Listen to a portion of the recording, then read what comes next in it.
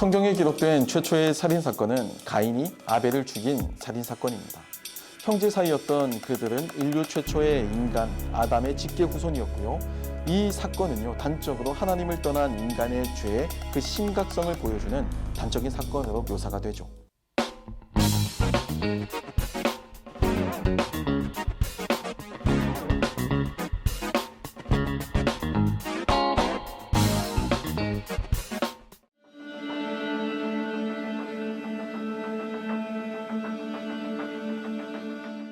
현대 국가에서도 살인은 강력 범죄 가운데 가장 악한 죄로 무겁게 평가됩니다. 인간의 생명을 박탈하는 행위는 공권력도 신중을 가해야 해서 사실상 사형 폐지를 선택한 국가들이 있을 정도니까요. 형제 간에 벌어진 이 끔찍한 범죄는 가인을 인류 최초의 살인자로 묘사합니다. 이와 비슷한 형제 간의 다툼은요, 신화를 통해서도 발견할 수 있는데요. 그 대표적인 것이 로마 건국 신화입니다. 쌍둥이로 태어난 로물로스와 레무스는 로마 건국을 위한 그 위치를 놓고 다툼을 벌이다가 로물로스에 의해서 레무스가 죽고 말죠. 동족 상잔의 비극, 그 피해 희생 위에 로마라고 하는 이 제국이 세워진 겁니다.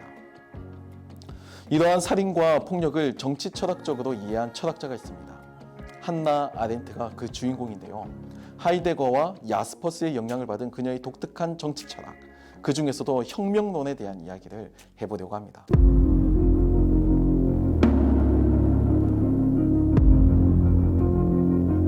문명이 태동했다는 말은 정치적인 행위가 있었다는 말입니다.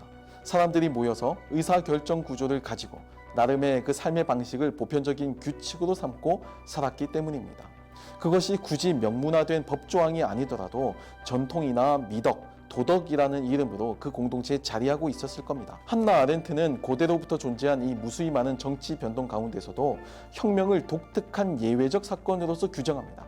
혁명은 새로운 시작을 알리는 정치 변동이고 이것은 정변이나 내란 그리고 소요나 반란 등과는 구분되는 개념이거든요. 이것은 혁명에 대한 아렌트의 특별한 견해에서부터 출발합니다. 사실 인류 역사는 다양한 혁명의 모습을 담고 있잖아요. 소련을 태동시킨 러시아 혁명도 있고요. 또 전제군주제를 타파한 프랑스 혁명, 그리고 자유라고 하는 가치를 토대로 영국으로부터 독립을 선언한 미국 혁명도 있습니다. 아렌트에 따르면 러시아 혁명은요, 대표적인 실패한 혁명으로 묘사됩니다.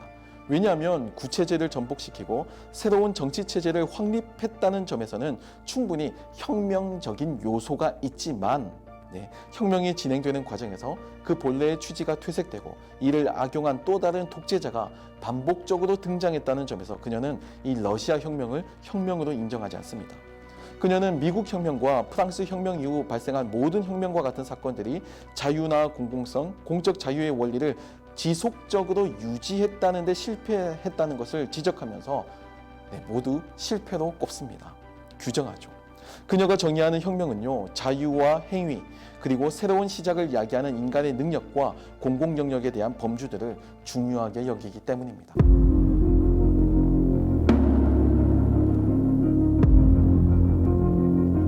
사실 아렌트는 혁명과 폭력으로 뒤덮인 혼란한 시대를 살았던 철학자입니다. 그녀는 독일 출신이지만 유년 시절은 현재 러시아 지역인 퀘니스베르크에서 자라게 되었거든요. 세계대전을 경험했고요. 또 하이데거와 잠깐 연인 관계를 가지기도 했죠. 훗날 하이델베르크 대학에서 칼 야스퍼스의 지도 아래 아우구스티누스의 사랑의 개념으로 박사학위를 받았고요. 또 나치 정권의 상황 하에서 유대인 운동을 하기도 하며 프랑스 망명을 거쳐 미국 시민권을 받기까지 무려 18년간을 무국적자로 살기도 했습니다. 이와 같은 그녀의 삶의 궤적은 필연적으로 공적인 영역에 대한 관심으로 이어졌죠. 특히 무국적이라고 하는 그 특수한 상황은요, 그녀에게 정치적 의견을 제시할 수 있는 공간의 상실로 이어졌습니다. 이에 자신이 배운 철학적 사유에 따라서 언어와 공간의 중요성을 그녀만의 그 정치 철학 안에서 반영하기 시작하죠. 한 여성으로서 마주한 세상은 그녀에게 사적인 것이 정치적인 것이다라는 사실을 여실히 보여주었습니다. 출생과 학업, 연애와 결혼 등 모든 과정이 그녀에게는 다분히 정치적이었죠.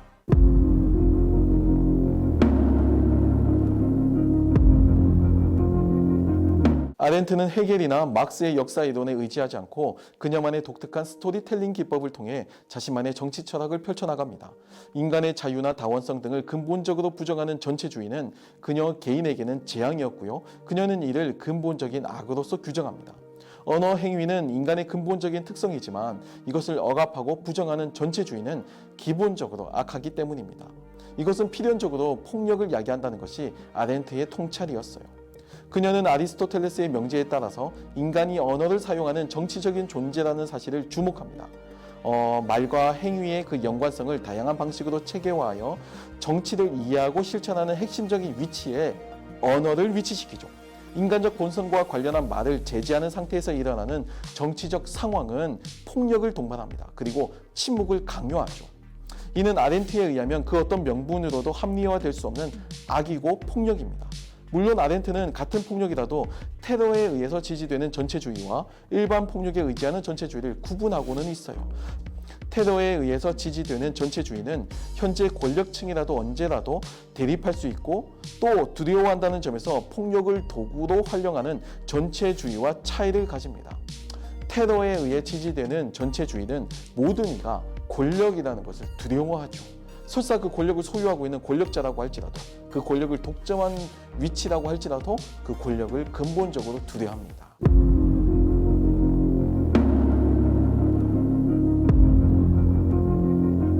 혁명도 그 과정에서 폭력이 일어나게 되는데 아렌트는 이를 언어 행위를 수반한 정치 현상으로 이해합니다. 언어를 수반하지 않고 순수한 감정의 표출에 지나지 않을 때에는 그저 권력을 부정하는 폭력만 남을 뿐이죠. 대화와 논쟁을 근본적으로 차단한 이 폭력의 절대화는요, 프랑스 대혁명 이후 로베스피에르의 그 공포 정치에서 발견할 수 있습니다. 즉 아렌트는 혁명에 있어 폭력을 정당화하고 있는 겁니다. 우리나라의 그 민주화 운동과도 이제 비슷한 예인데요. 정치적 자유라는 목적을 지향한 혁명이지만 그 과정에서 불가피하게 폭력이 일어났잖아요.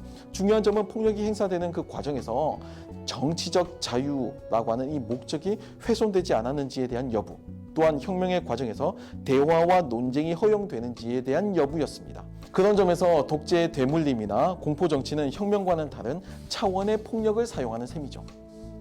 사실 아렌트는 프랑스 대혁명의 가치를 약화시키고요, 미국 혁명을 높이 평가합니다.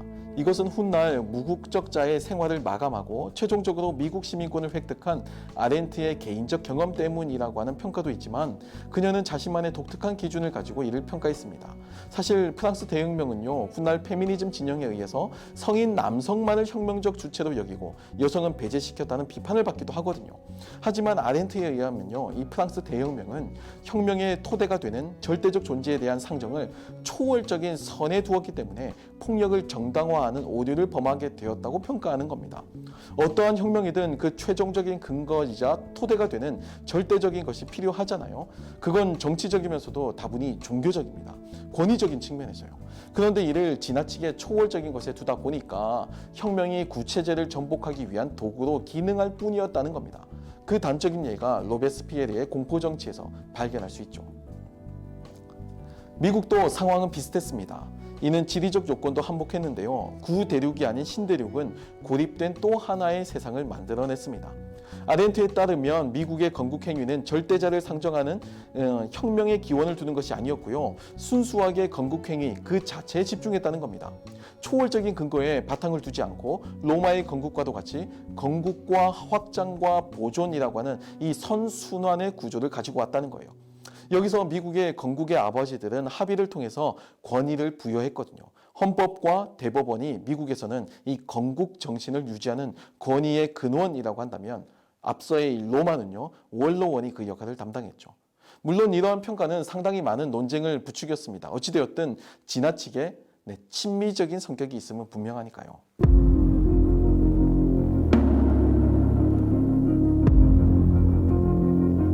아렌트는 혁명론에서 공과 사의 구분을 중요하게 다룹니다. 인간의 삶을 나타내는 요소인 행복이나 미덕, 활동 유형과 영역은 모두 공적인 요소와 사적인 요소를 모두 가지기 때문입니다. 프리덤 그리고 리버티로 구분되는 이 아렌트의 정의에 따르면 프리덤은 정치적인 자유, 공적인 자유를 의미하고요. 또 리버티로 구분되는 아렌트의 정의에 따르면 이제 리버티는 시민적 자유, 사적인 자유를 의미합니다. 리버티는 시민들의 사적 삶을 보호하려는 자유를 의미하고 또 사적인 문제이며, 프리덤은 본질적으로 공적이며 특별히 공공 문제에 참여하는 활동과 밀접한 관련을 가집니다. 이는 고대 그리스 철학의 플라톤과 아리스토텔레스의 차이를 떠올리면 더욱 이해하기 쉽습니다. 플라톤은 사람들을 도덕적으로 만들기 위해서 정치적인 삶이 필요하다고 생각했습니다. 정치적 인간이 곧 도덕적 인간이고, 정치적으로 훌륭한 시민은 곧 도덕적으로도 선한 시민을 의미했죠. 정치와 도덕이 함께 이루어집니다. 하지만 아리스토텔레스는 정치적 시민의 탁월한 면을 단지 도덕적 미덕에만 두지 않습니다. 굳이 표현하면 아리스토텔레스에 따르면 인간은 선하지 않아도 충분히 훌륭한 시민이 될 수 있습니다. 굉장히 현실적이죠. 아렌트에게 절대적인 선이나 절대적인 악은 인간의 영역을 초월하는 현상이었습니다. 그 개념들을 부정한 것은 아니지만 섣불리 현실에서 구현될 수 있는 것으로 속단하지 않았죠. 미덕이나 악덕은 인간의 정당한 현상임에는 틀림없지만 절대선이나 절대악은 어떤 정치 형태라도 일방적으로 독점할 수 없다고 여겼습니다. 정치와 도덕을 구별하면서도 동시에 그녀는 정치 영역에 있어서의 그 도덕성을 강조하고 있는 겁니다.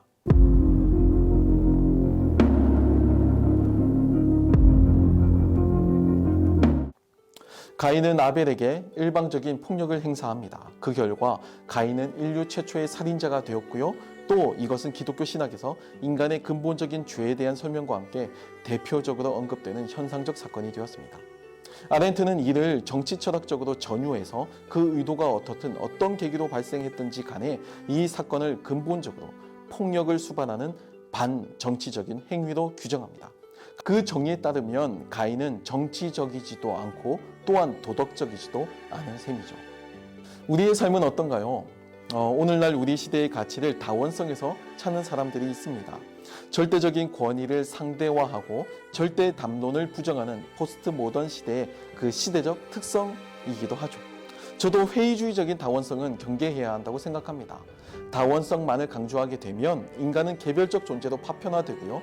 결국 그나마 유지되는 것으로 보이는 서로에 대한 존중도 파국을 맞을 확률이 크기 때문입니다. 다원성은 모두가 동등한 가치와 권위를 가지고 있다는 관점인데, 이 관점이 정치 역학의 복잡한 특성상 언제까지 유지될 수 있을지에 대한 회의적인 시선인 셈입니다.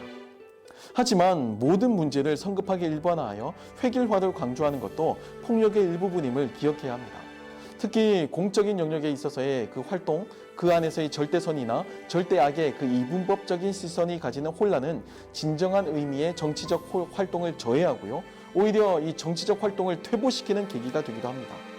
혹시 오해하실 수도 있는데요. 저는 지금 양비론을 이야기하는 것이 아니고요. 획일화와 다원성의 단점들을 지향하여 상호 접촉점을 찾아가는 과정이야말로 진짜 정치적이라고 이야기하는 겁니다. 놀랍게도 하나님의 계시도 아렌트의 규정과도 같이 일종의 정치적인 형태와 양상을 통해서 확립이 되었거든요. 정경화의 과정이나 교리의 확정은 모두가 다 표면적으로는, 이제 현상적으로 볼 때는 사람들이 모여서 협의한 결과였거든요. 하지만 물론 그 근거와 계기 그리고 그 과정 모두가 다 하나님의 직접적인 개입을 통해 이루어진 겁니다. 기독교 신학은 이미 역사적으로 획일성이 아닌 개별적 주체들의 자유를 보장하고 대화를 전제로 하는 그 통일성에 기반한다는 것을 이 역사적인 교리 형성 과정을 통해서 우리는 발견할 수 있다는 거예요. 콘스탄티누스로부터 출발한 크리스텐덤에 대한 비판에도 불구하고 적어도 기독교 신학은 통일성을 지향한다는 점만큼은 잊어서는 안 될 것 같습니다. 오늘날 다원화된 세상에서도 예수 그리스도의 유일한 궁극성을 주장하면서도 개별적으로 경험하는 그 구원의 경험이 다양할 수도 있다는 사실. 그리고 정치적인 것은 종교적이지만 또 종교적인 것이 모두 정치적인 것이 아님을 우리에게 알려주고 있습니다. 물론 그 반대도 마찬가지고요. 지금까지 시청해 주셔서 감사합니다.